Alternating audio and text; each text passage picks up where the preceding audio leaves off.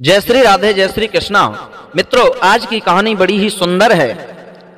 निवेदन करूंगा आप सभी भक्तों से, यदि आप हमारे इस चैनल पर पहली बार आए हैं तो चैनल को सब्सक्राइब अवश्य करें, लाइक शेयर कमेंट करना न भूलें, क्योंकि जो हमारा प्राचीन ज्ञान है वो लुप्त होता चला जा रहा है, जिससे लोगों तक वो ज्ञान उजागर हो सके, लोगों तक वो ज्ञान पहुंच सके कहानियों के माध्यम से।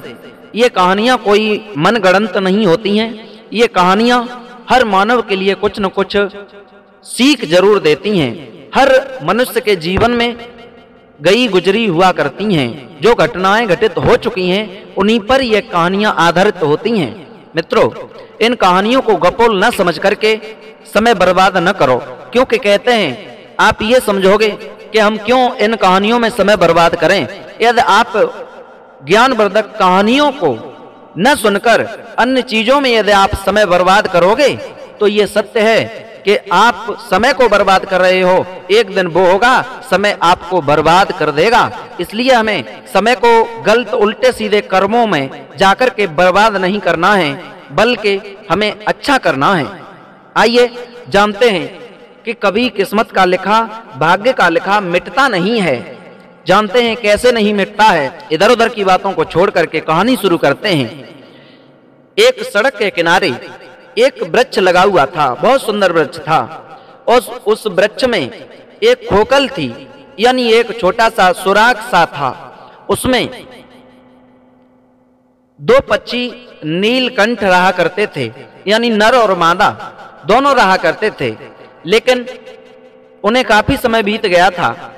वो देखते थे रोजाना कि उस वृक्ष के नीचे गर्मियों के समय में लोग आकर बैठ जाते हैं, छाया का आनंद लेते हैं, और वो अपनी बातों को भी वहां कहते हैं। तो कुछ अमीर भी आते हैं, कुछ गरीब भी आते हैं। जब गरीब आते हैं तो वो अपने गरीबी की बातें करते हैं, अमीर आते हैं तो वो अपनी अमीरी की बातें करते हैं। नीलकंठ और उनकी पत्नी दोनों ये बातें सुन रहे थे। लेकिन एक दिन वो नीलकंठ की पत्नी बोली, हे स्वामी, काफी दिन हो गए हैं, हमें सुनते सुनते कुछ लोग बड़े यहाँ अपने धन का अभिमान करते हैं, घमंड करते हैं, बड़े खुश नजर आते हैं। कुछ लोग यहाँ पर ऐसे गरीब आते हैं जो बेचारे बहुत निर्धन होते हैं, रोते चिल्लाते हैं। लेकिन परमात्मा ने ऐसा अन्याय क्यों किया है? अरे किसी को दे दिया तो बहुत सारा धन दे दिया, जो कि उसे गिनने तक का समय नहीं है, उसे खुद पता नहीं है कि हमारे पास कितना धन है। और किसी को निर्धन बना दिया तो इतना निर्धन बना दिया, गरीब बना दिया, जिसे बेचारे को सुबह का भोजन करने के बाद शाम के भोजन की चिंता में ही लगा रहता है, शाम का भोजन कैसे मिलेगा। ऐसा क्यों अन्याय किया परमात्मा ने? वो नीलकंठ अपनी पत्नी को समझाता है, प्रिय, यह हमारे और आपके हाथ की बात नहीं है। भगवान किसी के साथ में गलत नहीं करता है, ये हर किसी के कर्मों का फल हुआ करता है। जो जैसा कर्म करता है परमात्मा उसे वैसा ही फल दे देता है। लेकिन इसमें यदि हम और आप कोई साथ भी दोगे तो वो साथ देने से कुछ होने वाला नहीं है। क्यों नहीं होगा पिया? इसलिए नहीं होगा, नीलकंठ अपनी पत्नी को समझाता है, कहता है, प्रिय, एक बार की बात एक कहानी के माध्यम से बताता हूं कि एक नगर में बहुत अच्छे धनी ब्राह्मण रहा करते थे। उनके घर में एक पत्नी थी, एक पुत्र था और एक बेटी थी। पुत्र की शादी हो चुकी थी, बेटी की शादी करने के लिए वो घर भर देख रहे थे। लेकिन बेटी की हस्तरेखा को उन पंडित जी ने देखा, क्योंकि पंडित जी पुरोहित का काम किया करते थे, उन्हें हस्तरेखा का बहुत ज्यादा ज्ञान था, ज्ञानी थे। तो एक दिन उन्हें पंडित जी की पत्नी बोली, हमारी बेटी के लिए अच्छा सा घर भर तलाश करना, जिससे मेरी बेटी सुखी ही सुखी रहे।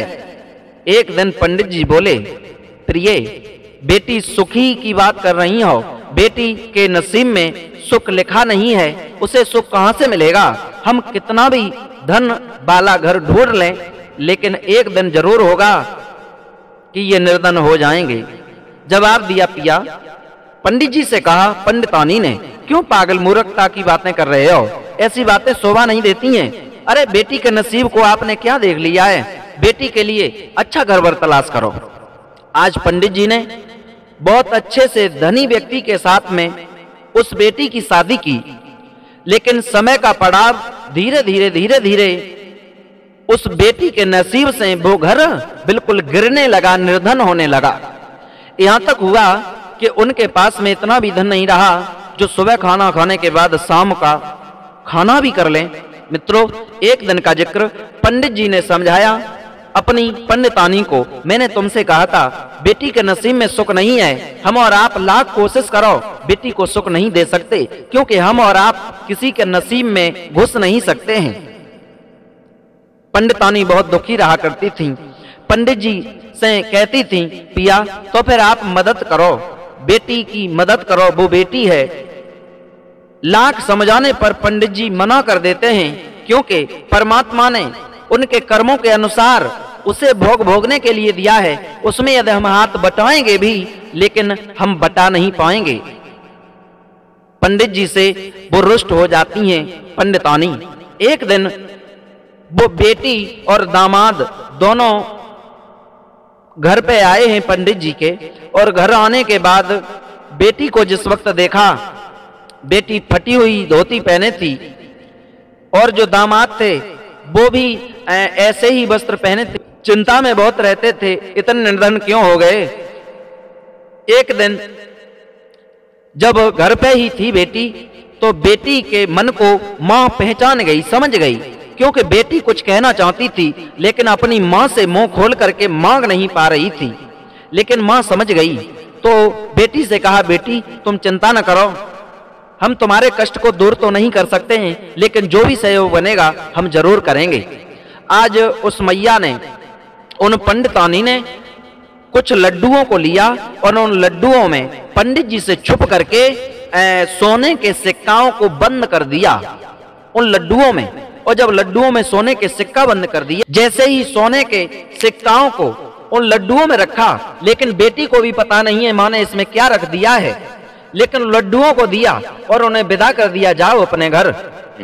जब वो रास्ते में जा रहे थे तो एक तांगे में बैठ करके गए हैं, और जब तांगे में गए हैं तो उन पे भाड़ा देने के लिए नहीं था।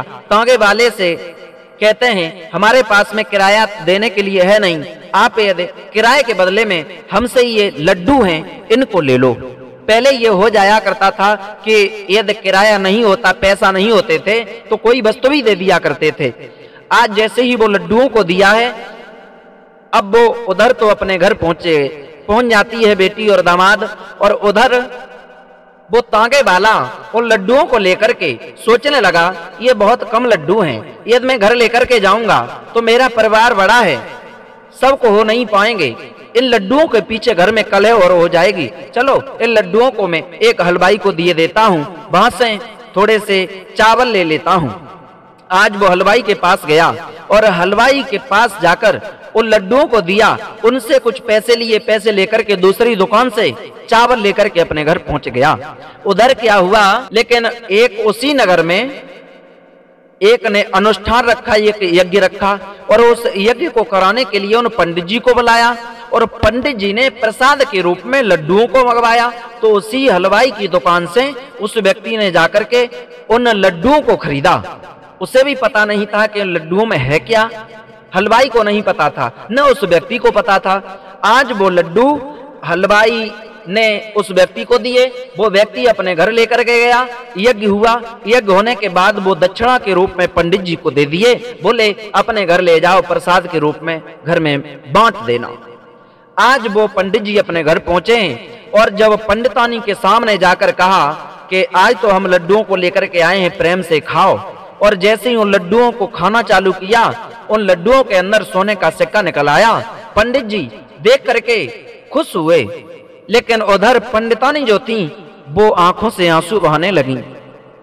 पंडित जी ने आंखों में आंसू देखे, जवाब दिया, प्रिय क्यों रो रही हो? जवाब दिया, रो तो मैं इसलिए रही हूं पिया, आप हमसे कहा करते थे कि कभी भी हम किसी का यह साथ देते हैं, परमात्मा ने उसके नसीब में दुख लिखा है तो हम सुख उसे कभी पहुंचा नहीं सकते हैं। आप कहते थे वो सत्य था, मैंने अपने बेटी को सुखी रखने के लिए एक नहीं लाखों उपाय किए, लेकिन मैं सुख पहुंचा नहीं पाई। ये सोने के सिक्का यानी लड्डुओं में बंद करके मैंने अपनी बेटी को दिए थे, ये वही सिक्का है। मित्रों, इस कहानी से हमें यही सीख मिलती है कि हमें मेहनत करनी चाहिए और हमें कभी भी पराये आश्रय पे नहीं जीना चाहिए। हमें मदद तो करनी चाहिए लोगों की, असहाय मदद करना मनुष्य का कर्तव्य हुआ करता है, लेकिन हम मदद पहुंचा नहीं सकते हैं। परमात्मा ने यदि उसके नसीब में दुख लिखा है तो दुख ही मिलेगा, लेकिन उसकी आत्मा को थोड़ी तसल्ली जरूर आ जाएगी जब हम थोड़ी मदद कर देंगे तो, लेकिन हम उसके नसीब को नहीं बदल सकते हैं। मित्रों, आपको यह वीडियो कैसी लगी? अच्छी लगी हो तो आप हमारे इस चैनल को सब्सक्राइब करें, लाइक शेयर कमेंट करना न भूलें। तब नीलकंठ ने अपनी पत्नी को समझाया, प्रिय, हमने तुमसे कहा कभी कोई किसी के नसीब को बदल नहीं सकता है, इसलिए अपने नसीब को यदि बदलना है तो सिर्फ कर्म ऐसे करो, तब वो नसीब बदल सकता है।